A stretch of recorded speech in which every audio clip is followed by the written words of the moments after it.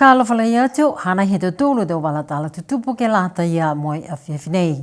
Whakamua koe ikipule he tau motu mo tau whikau I whawhau stalia, ko ia kuli lifu ko Penny Wong, ko whitahe hoko mai ke motu, he a whiawhi he ahu nei. Ko whakailoa I ho whisa hana I whanonga ke motu ko Samoa, pia whakamu Niue he whahita punei. Pehe whakailoanga ko whiawhi lahi ikipule, ke aiahe ke tau motu ko Samoa mo Niue, ke whakamalolo e tau whehanga I anga lilifu ma whala mo e whakapisinga ke motu ko Australia mo e tau motu he Pasifika. Hane Esta Pavihi mo e tau walatala ia. Ko amana kia e lilifu ko Penny Wong ke whono mo e palemia lilifu ko Dalton Tangilangi. Mo amana ki ke tūtala foki ke he tau whakatoka ngā hua whakalaulahi he motu mo e tau ngā hua ke lata mo e tau hihikianga he matangi mo e Kalhaimete. Ko amana ki foki e ki pole ke ahiahi mai ke he whahinga hua whakapuloa a pongi. Ko he hana whenonga whakamua mai ki Niue he tau uawhi ua frumatolu, ne ki sia e ia e malona he whale ngā hua whakapuloa, ne vela ke he awhi he mahina me he tau uawhi ua fulu. Mai he mga halana ko whiwhilia I he whakatuwhanua Australia ke whakatupe e tau whakafōwanga he whale ngā hua whakapuloa BCN ke he ua miliona tāla, ne hawhangi ai he mahina sepetema he tau kua mole. Pehe e whakailoanga mai he ofisa he ikipule, mai longa he whakatuwhana Australia e haana tuanga, koe motu ne mua atu e lahi moe monuina ke he tau motu osi he atu Pasifika, moe mai longa foki e haana tuanga ke lango matai e tau motu he atu Pasifika, ke le veki e puipuianga he mawhala ke he whahi nei he larulangi. Mai he whahinga hua tāwiri he malolo hila, ko I tumauanga ia ni ke whakaonga he taha I ni sini generator, ke he whare tāwiri hila fōu ke tau mga ahu nei. Ko amana ki atu ke he taha insinia, ke hoko mai he awhlaile, whaitapunei me tau wala kua lata ke whakafōua ki generator, ni malona he tau whāhita kua mali. Ko whakailoa mai he takitaki whahinga hoa papiliki ko Clinton Chapman he pungipungi ngofua e tuanga ke tau mga aho nei. Pe hea ia koe amana ki whoki ke he hoko mai e tau insinia he matakau Tesla he tau whahitapu I mua ke tau se e masini mahuinga koe BESS, koe Battery Energy Storage System, ne nākai la whakangahua he tau mga aho nei a to hoko mai e matakau nei ke he motu. Ko mena ia, tūmau ke ole ke he tau tangata, ke aua whakaonga whakahanoa e malolo hila he tau mga aho nei. Ka whiamanako ke iloa atu whoki kumi atu ke he whahinga hua he malolo hila. Ko whahita puka mole ne whakailoa ai he whahinga hua fofuang matangi e tuanga he vevela ke he tau walatahi e motu he tau mga aho nei. Ko lahi e vela ke he tau walatahi ke hoko hake ke he tūlungo fulu e degrees Celsius. Ko mena ia, ko whakailoa ai he takianga veveheanga taha, mo veveheanga ua, ke lata mo tau whakapapahianga he tuanga hangahanga lea ke he tau wheo. Ko veveheanga taha he tuanga hangahanga ke lea ke he tau wheo, ko amanaki ke whai wheo ka malona ha kua vela lahi e puketahi. Ko veveheanga ua he tuanga hangahanga ke lea ke tau wheo, to maeke ke kisia e tau wheo kua whaliu ke he lanu sea. Kua mamase e tau wheo, ha kua lahi e vevela he puketahi. I ne awhi ne tūtala ai a BCN News, moi takitaki he whahinga hua Niue Ocean Wide ko Brendan Pasisi, hanga au ia ke he tuanga nei he tau wheo he motu. Tunga ia, tatai ne wheo ka me whauru manu mui whoki. Hako te tama manu kiki a ka ha ne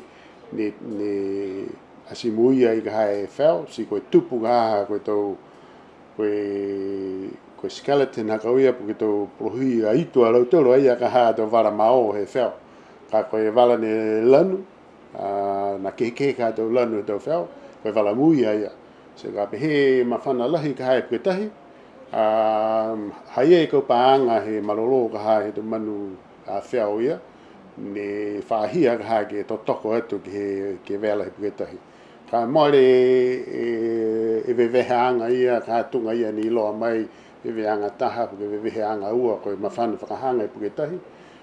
Mua te puketahi he kiri ga, ni whihe te mā mita hokoro, wala ia ni wha hausi lauia ka hai tau wheo. Aia, ka mawhana lahi mua ia, ka mata tau wheo ke lole lore. Se ka pehe mawhana lahi, si leve e mawhana, ko tunga pehe kwa iti whahia, si whakatoka mea tau manu ia si o kehe mai he he tau wala wheo mao ia puke tau structure ka halo tōru. Pehe a Brendan, ko e mena ia ine kua mahuinga lahi to ngā hua mo i tau maanga he motu ke he tau whakaholoanga AMAC, ke i loa i tuanga he tau koloa tufunga sia ke he tau maanga tunga i tau wheo.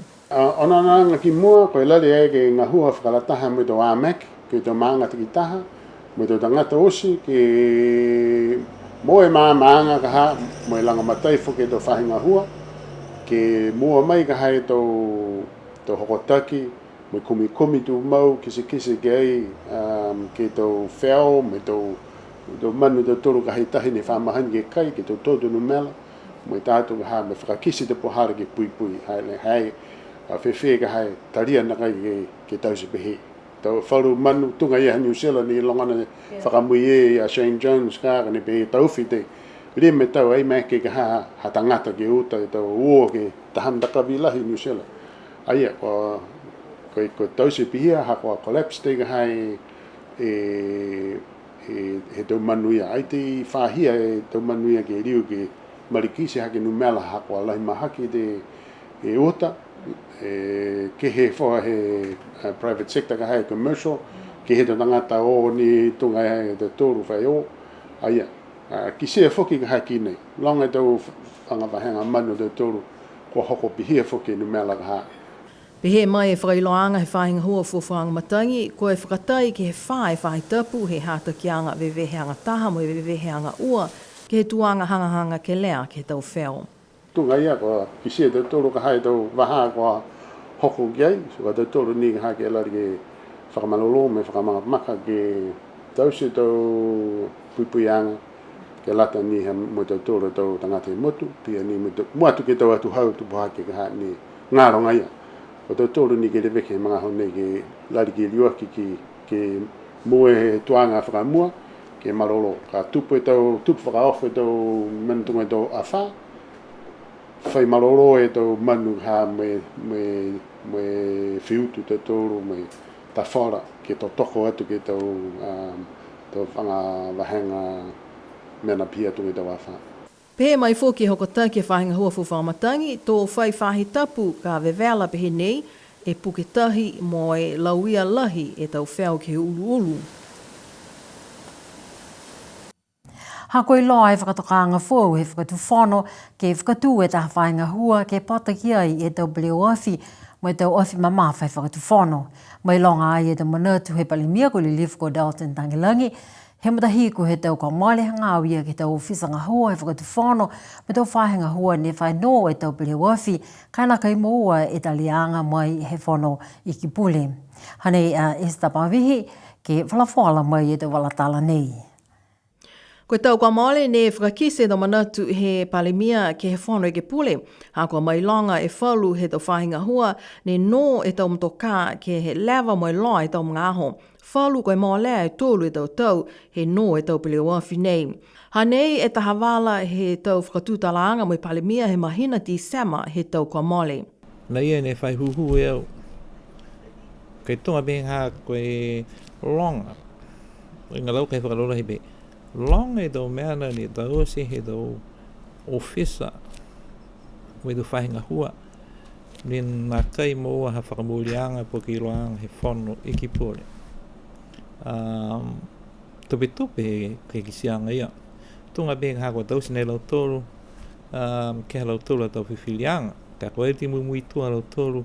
Ke he tau whakatokatoanga hua ke lata mo tau whanga mena pehenei.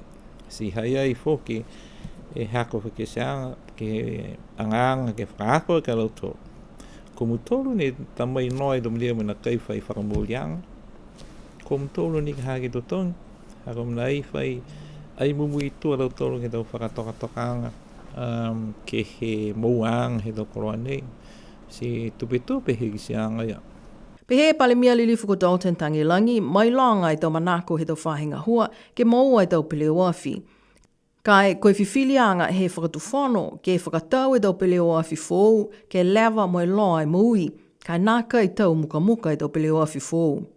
Tunga ni ka haka pe, wera e no. Bia ni ka haka pe tamai tau ko tau ka utu. Si utu me tau haka pe liwaki. Ka koe ke sianga laulahi ka ia, hai ai wharukwa. Ka bihe noa ragi tole tau. Whakatai ga, ai, e ringo tutongi te hai koe ako muri tōtua e whadu whanu ke ta mai whalo tau koroa nege la matai aki. Kai maroro e whadu whanu he whai lari ke mua topi. Tunga nana, na ki siam tōru whalu mtoka whalu whainga hua mō ne. O mai ni hawhai nēn, ka koe anono e whadu whanu ta mai tau mtoka ne full maka. Ai ta mai tau na second hand tunga waia. Pakatea tau tunga e mtoka mune he whanau he quarry. It meets the purpose ka maroro e mtoka ke lata o ka hua ne whakai. Mōri la lahi tau topi. Kai loe taua, tō aonga, mo e loe mui. He koloia tō whanga mena pihia hako whamaroro ki ta mai tō koloa no ko maroro mo e aonga kai ua ta mai ha mōri ta mua muka si tahane tau ke ua si tū so kua e ke whuki tēne ea mo whakatau lehe aki e tō wewe ne lari whakatau tōru ke whapo. Ko tau whahita puia kua mole ne whailoa ai he mata kaupuli ngā hua e whakatu whono e manako ki e kumi tangata ngā hua ke lata ia mo e whahi ngā hua fōu he whakatu whono ki lalo hifo he ofisa he palemia ke pota ki ai e tau pili wafi mo tau koloa awhi mamafa he whakatu whono. Ko e longa he tau pili wafi he whakatu whono whawhakaonga tu mau he tau tangata ngā hua mo e tātu ki he tau kaina. Mai longa foki e kehe he tau whahi ngā hua whakatu whono whalu kua longa e tau pili wafi, ka koe whalu nā kai whai. Mua atu e mitaki he tau whahinga hua ne moa langa matai mai he tau matakau I whafo ke whakatau e tau pili wafi. Ko tau whahita pu kua mole ne whakamori e taha he tau whakaholoanga fōu he whahinga hua whakaako ke lata ia mo e tau whakakoanga he tau whanau he motu. Ko whakamori fōki e taha maweheanga mo e aonga ko Rondell Primary I Okalana ke langa matai ke he tau whakaholoanga nei. Hanei whoki e stapawehi mo e tau walatala ia. Ne hoko mai paua ki e tau takita ki aonga ha Rowendale Primary koe uluwhai aonga ko Carl Varsau mo e hangai uluwhai aonga ko Mac I Kitule. Koe tau whakaholoanga nei ke whamalolo e whakakoanga he tau numela ke lata mo tau whanau he wahenga taha ke he wahenga walu. Koe tau whakatokaanga nei ke lata mo tau nei ke hoko atuai ke he tau kahau. Koe taha maweheanga whoki kua whakamori mo matakau wā Tele Education Consulting mai I New Zealand ke whamalolo e tau whakakoanga he wangahau Niue mo e wangahau Pālangi ke he tau whakakoanga he tau whanau he motu. Pena hatu tūlu tau walatala tutupu ke lata ia moe a whiawhinei. O sana sen holo nei ko mawehe atu no wha me munui ne po. Tō liu whoki ke whileweia ke tau ahau ne ngālu mai mua. Munui ne po.